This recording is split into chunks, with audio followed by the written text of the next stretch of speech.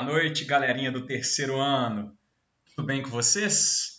Então, como eu falei, né, hoje a aula vai ser assíncrona, né? Então, vou gravar e disponibilizar no YouTube. Tá? Eu estou ainda me adaptando ao OBS Studio. E aí eu fiz algo que eu ainda não fiz, que foi apresentar em slide, né? São 5 slides somente, tá? Então a gente vai trabalhar o contexto pré-Primeira Guerra Mundial, beleza? Qual a importância das linhas de raciocínio que vocês fizeram? Vocês vão perceber que a parte de história geral, lá, de contemporânea, né, tem essa linha de raciocínio aqui, do Congresso de Viena até a Primeira Guerra Mundial, né, da Guerra Mundial para frente. Tá? Então, aqui, nós começamos, então, o Congresso de Viena, 1815. Então, esse foi o ponto, né, que eu selecionei. Tá? Revisão, já vimos isso ano passado, mas como a gente vai trabalhar a Primeira Guerra, né, e contemporaneidade, é importante a gente começar a estabelecer um eixo. Né? E eu começo na história geral em 1815, a partir da derrota de Napoleão na Revolução Francesa. Quais são os países vitoriosos? Estão aqui, ó, Áustria, Prússia, Rússia e Inglaterra. Tá? Há uma diferença gritante entre esses três primeiros e o último. Todos defendem o princípio de equilíbrio europeu. Ou seja, vamos dividir os territórios conquistados por Napoleão para que não haja um império que se sobressaia aos outros e seja imperialista e faça como Napoleão fez. Né? Mas somente os três primeiros defendem a legitimidade. O que seria a legitimidade? A volta do absolutismo. Áustria, Prússia e Rússia são países absolutistas. Na Rússia prevalecia o czarismo. Na Prússia ainda tinha também essa figura, né, do rei e tal, enfim. E na Áustria, né, muito mais ainda, conforme a gente vai ver daqui a pouco na Primeira Guerra, no Império Austríaco. Né? Enfim. Já a Inglaterra apoiava o liberalismo. E aí, quando eu coloco que apoiava as independências na América. A gente sabe que, por exemplo, o Brasil, em 1822, vai ficar independente. Né? Então, todas as independências na América Espanhola, vão estar ocorrendo, vão ter o apoio da Inglaterra. Beleza? Por quê? Porque ela quer mercado consumidor para suas crescentes indústrias. Lembrando que a Revolução Industrial na Inglaterra está correndo a todo vapor. E nos outros países também, né, europeus. Tá? Agora, a Áustria, Prússia e Rússia não defendem esse desenvolvimento industrial. Eles defendem ainda a manutenção dos laços feudais, dessa estrutura do antigo regime absolutista que havia ainda. Então, nós vamos ter uma dualidade aqui entre o absolutismo, que era o que ainda estava em vigor ainda, né? Estava o processo de mudança. Né? Nós estamos vendo o momento capitalista, o movimento da Revolução Industrial, mas isso não alcançou o mundo todo ainda não. Tá? Então, tem aquele absolutismo, aquela feudalismo, aquela coisa muito presente ainda. Só que, de um outro lado, nós temos o desenvolvimento do capitalismo, principalmente representado pela Inglaterra, né? Que é o liberalismo. E aí esse liberalismo vai influenciar nas independências. Aí nós vamos ter o processo chamado de neocolonialismo. Certo? Eu não coloquei esse termo, mas quando a gente fala de imperialismo, é importante entender, porque antes da expansão marítima, nós vimos no primeiro ano, havia o colonialismo. Portugal, Espanha, lembra? As colônias. Agora nós vamos ter um novo tipo de colonização, uma colonização liberal, digamos assim, chamada de neocolonialismo. Áreas de influência, mercado consumidor. Beleza? Então isso aqui vocês já viram. Então nós vamos, em todo o mundo vai ter essa dualidade aqui, em todas as revoluções nós vamos ver que um lado vai querer se libertar, o outro vai querer manter. Beleza? Conservadorismo versus liberalismo. Tranquilo. Nós vamos ter revoluções liberais no mundo como um todo. Tá? E a França? A França de Napoleão, né, que Napoleão perde, a França ela vai ainda ter essa... A França ela ainda vai ter questão conservadora, a restauração da dinastia Bourbon na França. Isso vai ser uma das consequências do Congresso de Viena. Mas até quando a França vai continuar conservadora? Será que ela vai continuar conservadora durante muito tempo? Isso aqui eu gostaria que vocês lessem. Né? A Revolução de 1830 na França, né? Ela vai... a restauração da dinastia Bourbon, até quando essa conservadorismo vai vingar? Porque a gente sabe que a Revolução Industrial também chega na França. Napoleão industrializa a França e tal, mas depois ela restaura o Bourbon. Mas será que ela vai permanecer no conservadorismo? Ela vai ter o apoio da Áustria, Prússia, né? e Rússia, para manter conservadora. Sempre esses países vão estar defendendo a manutenção do conservadorismo, do absolutismo, enquanto a Inglaterra já vai estar puxando para o lado do capitalismo. Né? Só que a gente vai perceber que a França também não vai ficar o tempo todo conservadora, tanto que ela vai lutar na Primeira Guerra Mundial ao lado da Inglaterra, industrial. Né? A gente chega lá. Em 48, é a chamada Primavera dos Povos. Mais período de revoluções liberais no mundo, inclusive no Brasil. O Brasil vai ter a Revolução Praieira nesse período. Movimentos contrários ao absolutismo, influência de ideias anarquistas e socialistas. Tá? Crescimento do nacionalismo. Isso é muito importante, porque essas ideias socialistas e anarquistas que vão surgir no início do século XIX são ideias contrárias ao absolutismo. Porque a gente pensa assim, se o capitalismo está desenvolvendo, como que o capitalismo pode estar se desenvolvendo e o socialismo também? Né? Como que... Aqui, socialismo, voltei, né? Como que pode desenvolver duas coisas opostas? Mas a gente vai ver que o socialismo aqui, ele ainda não está desenvolvido na maneira de Karl Marx. Tal. Quando chega na Revolução Russa, 1917, aí sim, esse socialismo vai ser extremamente contrário ao capitalismo, vai ganhar um contorno bem diferente do liberalismo que a gente está vendo aqui. Mas nesse contexto, esses ideais anarquistas contra o Estado, socialistas, vão estar contra o absolutismo, mais do que uma teoria em si, vão ser contrários a algo que já existe, que é o absolutismo. Então, automaticamente, essas revoluções liberais, apesar de serem liberais, apesar de estar dentro do contexto do avanço do capitalismo, ela vai ter influência de ideais anarquistas e socialistas. Tá? Por quê? Porque todos vão estar contra o absolutismo. Beleza? Nesse contexto, os países que estão tendo revoluções e tudo mais vão crescer o nacionalismo neles. Tanto que o século XIX, na literatura, vocês vão ver que é o século do romantismo e do nacionalismo. Beleza, galerinha? Leitura de textos. Bom, seguinte.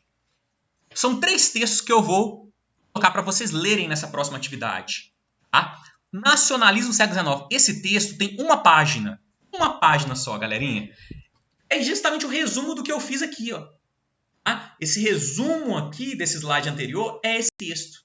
Fiz um resuminho com uma página que explica esse nacionalismo do século XIX, esse contexto que eu acabei de falar aqui, para dar suporte para vocês. Porque não é só ficar preso na aula, né, gente? Vocês têm que ler fora, né? As revoluções de 1830, igual eu falei, tem que dar uma lida. Segundo texto, imperialismo no século XIX, da mesma forma que o nacionalismo cresce, os países europeus vão se tornar imperialistas, principalmente a partir da partilha da África e partilha da Ásia. Né? Então, eu peço que vocês possam ler, por favor, a respeito da partilha da África e da Ásia. Beleza? Então, leiam, por favor. Vou até salvar aqui para mandar para vocês. E aí, o texto que vai falar sobre o imperialismo, ele não vai falar da partilha da África e da Ásia especificamente. Então, isso aqui vocês têm que ler à parte. Né? Eu tenho materiais, milhões de materiais eu posso mandar para vocês. Né? Vou mandar um resumo legal para vocês também. Fiquem tranquilos. Né? Fala da matéria toda. Tá? Mas vai ter essa parte também. História geral. Imperialismo e a aula de história. Nossa, isso aqui é muito interessante. É um texto que vai estar lá. Porque, infelizmente, gente, a parte da África foi deixada muito de lado dentro do ensino de história. Eu, por exemplo, falei com vocês uma visão eurocentrista, no qual nós estamos todos inseridos, né, de não colocar isso no ensino. Então, tipo assim, eu passei trabalhos para vocês e tal, só que a gente falou muito pouco do imperialismo em aula de história. Como que trabalhar o imperialismo dentro da aula de história? Como trabalhar essa partilha da África? Será que eles resistiram ao imperialismo europeu? Como que foi isso? Né? É uma crítica que pode estar caindo muito em prova, já que isso está em voga, né? Essa questão das minorias. Né? Então, leia com bastante atenção esse texto. Qualquer dúvida a gente volta a discutir. Tá? Muito bacana. O terceiro texto aí já vai para os Estados Unidos. Estados Unidos do século XIX. De nação dividida, a potência imperial continental. E aí, gente, é bem interessante entender que a gente está vendo aqui tudo na Europa, né? Partilha da África, Ásia, nacionalismo, tudo na Europa. E agora a gente vê simultaneamente o que está acontecendo nos Estados Unidos. Os Estados Unidos passam pela Guerra de Secessão, né? Após expandir o seu território, após a independência, expande, né? Rumo ao oeste e tal. Depois que eles vencem a Guerra de Secessão, eles começam a investir em ferrovias, começa a diplomacia do dólar, aí começa os Estados Unidos a intervir na América, doutrina Monroe, né? No Destino Manifesto, que os Estados Unidos vai se tornar uma grande potência, eles começam a acreditar nisso, começam a lutar para isso. né? Então, nesse sentido, é importante entender simultaneamente o processo de nacionalismo e imperialismo na Europa e expansão norte-americana na América. Leiam esse texto aqui, ó, muito bom, é o terceiro texto. Esses 3 textos vão dar 6 páginas, tá? Eu vou enviar para vocês. Assim que eu mandar a atividade, já vou enviar esse texto para vocês. Beleza, galerinha? Então, muito bacana vocês entenderem essa parte. Por quê? O que os Estados Unidos vai fazer? Né? Os Estados Unidos, como não vai essa briga aqui na Europa, vai começar a investir e vai começar a perceber que vai ter guerra, né? Por conta das rivalidades que nós vamos ver no próximo slide, as rivalidades imperialistas. Opa, vai ter guerra. O período de paz armada, né? Não tem nada de paz, né? Só tem arma mesmo. E os Estados Unidos vai começar a ter a sacada de que vou investir em arma, vou produzir arma e vou começar a vender para a tríplice entente. França e Inglaterra, que são os países que ele tem mais proximidade por conta do capitalismo, do avanço capitalista, né? A gente vai ver como que isso vai acontecer. E aí temos o contexto das rivalidades imperialistas. Primeira coisa, unificação alemã. Vou até negritar aqui, ó, colocar em negrito, né? A unificação alemã e italiana, tanto a unificação alemã quanto a italiana, ocorre em 1870 e 71. Tá? Mas aqui o que importa para a gente é essa guerra aqui, ó, guerra em 1870. Tá? Guerra franco-prussiana. Muito importante, vou colocar aqui de 1870. Por quê? Essa guerra é que vai marcar a unificação da Alemanha. A Alemanha fazia parte da Prússia. Depois eu peço para vocês lerem, por favor. Tá? Isso aqui é matéria do ano passado, viu, gente? Por isso que eu estou pedindo. Né? Como é que vai dar a unificação alemã-italiana? Dá uma lida. Tá? Fazia parte da Prússia. A Alemanha vai ficar independente. E quando a Alemanha vence a França, nessa guerra franco-prussiana, a Alemanha pega os territórios da Alsácia e Lorena, que pertenciam à França. Isso vai gerar um sentimento de revanchismo. A França vai ficar indignada. E um dos principais pontos de divergência, rivalidade imperialista, vai ser entre França versus Alemanha, por conta dessa guerra. Beleza? E aí a Alemanha desenvolve. Né? Vai ser um dos países que vai industrializar tardiamente. E aí, industrialização muito rápida, que vai começar a concorrer com os mercados ingleses. Aí vai surgir uma nova rivalidade entre Alemanha e Inglaterra. Aí nós teremos a região dos Balcãs. Né? Inclusive, até a Alemanha aqui também vai, né, querer construir uma linha de ferro que liga Berlim e Bagdá, passando por essa região. E aí vai surgir 2 filosofias aqui, né, de território: pan-eslavismo, a união dos povos de origem eslava, representada pela Rússia, e o pan-germanismo, a união dos povos de origem germânica, liderada pela Alemanha. Então, mais uma rivalidade da Alemanha, que é a Alemanha versus Rússia. E aí o mesmo em relação aos austríacos. Quando eu falo mesmo, é por conta da região dos Balcãs. A Rússia também vai ter uma rivalidade com a Áustria por causa dessa região. E vai ser justamente nesse contexto que vai ocorrer o estopim da Primeira Guerra Mundial. Aqui nós vamos estar vivendo um momento, gente, eu esqueci de colocar aqui, de paz armada. Tá? Nós teremos a chamada paz armada. Ela se enquadra aqui, ó, antes do tópico 5. Tá? Paz armada. Qualquer fiapinho de cigarro que jogasse ali, explodia tudo. Né? Por quê? Porque já estavam as rivalidades presentes ali. O estopim vai ser o assassinato do herdeiro austro-húngaro por um sérvio. Né? Do herdeiro do trono, né? Do trono. Esqueci de colocar aqui o trono. Austro-húngaro por um sérvio. Tá? E aí esse sérvio pertencia à Grande Rússia, né? A Grande Sérvia que pertencia à Rússia, perdão. E aí isso vai gerar o início da Primeira Guerra e as formações das alianças, Tríplice Aliança e Tríplice Entente. A Alemanha, a Alemanha, tá, gente? A Alemanha vai para o lado da Áustria. A Alemanha vai para o lado da Áustria. Sacou? Por quê? Porque tinha essa rivalidade aqui, ó. Tá? A Alemanha indo do lado da Áustria, a França e a Inglaterra vão para o lado da Rússia.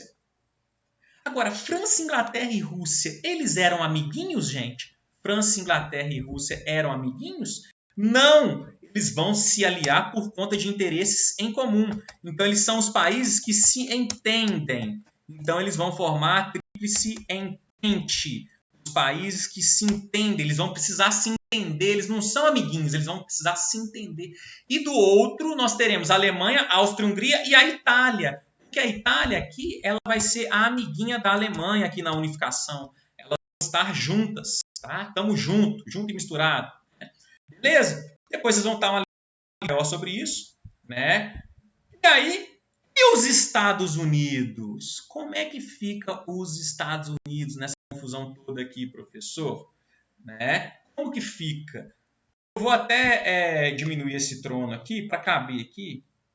Tá? E esse Instituto Federal está na frente do trono.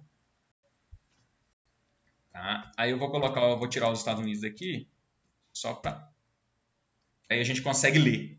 Tá? Aí eu vou colocar aqui, ó. E vai continuar a mesma coisa. E os Estados Unidos, né? E os Estados Unidos, como é que fica? Só para quando eu salvar e mandar isso para vocês, vou mandar novamente, para ficar, né, legível aqui, para vocês conseguirem ver na aula também. Tá? Como não estão brigando, entre aspas, no imperialismo europeu, eles aproveitam, né, o momento para vender armas aos países da Entente. Os Estados Unidos vão começar a investir em armas nesse contexto todo aqui e vai vender armas para a Entente. Só que ele não vai entrar na guerra logo no início, em 1914. Né? Isso aqui ocorre em 1914. Esse estopim ocorre em 1914. Ah, não posso colocar aqui não. Enfim, vocês já sabem, né? Tá? Senão vai atrapalhar aqui o esquema. Ocorre em 1914. Só que vocês vão entrar só depois. Nós vamos ver isso numa próxima aula. Tá? E o Brasil? O que está acontecendo no Brasil em 1914? Né? O Brasil vive um momento, né? O Brasil dependente do café. O Brasil vive um momento, aqui, eu lembrar de falar do Brasil. Né? Então, vou apagar aqui que eu já falei. Né? Beleza. Né? Vou colocar enfim, vocês já sabem que tem que falar do Brasil, não pode esquecer do Brasil. Né? O Brasil vive um momento de crescimento do café. Né? Só que, no contexto de guerra, esses países todos vão estar investindo em café, gente? Não, vão estar investindo em arma. Então, o Brasil vai começar a ter uma política adotada por Venceslau Braz chamada substituição de importações. Guardem isso, sempre cai em prova. Substituição de importação, ou seja, produzir aqui aquilo que comprava fora. O Venceslau Braz, né, assim como o Barão de Mauá, tá, né, vai ser o primeiro que vai começar a pensar, opa, precisamos investir internamente. A gente precisa ter um investimento interno, senão a gente não vai industrializar, a gente vai ficar sempre dependente externamente. Só que aí depois do Venceslau Braz vão vir outros presidentes que vão voltar atrás e tal, outro contexto, né? Até o Vargas conseguir tocar para frente essa industrialização do Brasil. Mas lembrando que o Brasil vai ter uma participação muito ínfima na Primeira Guerra Mundial. Tá? É mais na Segunda que vai entrar mais, né, firme. Tá? Porque o Brasil realmente ele vai estar num momento de crise por conta do café muito grande. Né? E aí ele está vivendo um período de belle époque, inclusive. Porque aí a guerra vai trazer um sentimento negativo muito grande. E é isso que eu vou precisar que vocês deem uma lida, né? Os problemas da guerra, né? Os problemas do avanço industrial. Apesar de que a guerra vai trazer muito avanço industrial, muitos avanços científicos, né? Na saúde, mas vai ter muita tristeza, muita morte, muita depressão, né? Muita coisa que a gente está vivendo hoje, né? Nessa guerra contra a Covid aí. Enfim, então depois vocês vão dar uma lida sobre isso e o Brasil vai estar tentando, né, produzir internamente com Venceslau Braz. Quando acaba a guerra, né, e aí vai ter um outro contexto do tenentismo no Brasil, enfim, que a gente vai chegar lá também, né, até chegar à Revolução de 30 com Vargas. Beleza, galerinha? Então era isso. Porque aí a próxima conteúdo já é a guerra em si. Tá? Então, aí o objetivo é falar do contexto pré-guerra, né, para vocês entenderem todo esse contexto, dar uma lida. Então, é isso aí, galerinha. Eu vou terminar a gravação aqui. Um grande abraço para vocês. Valeu!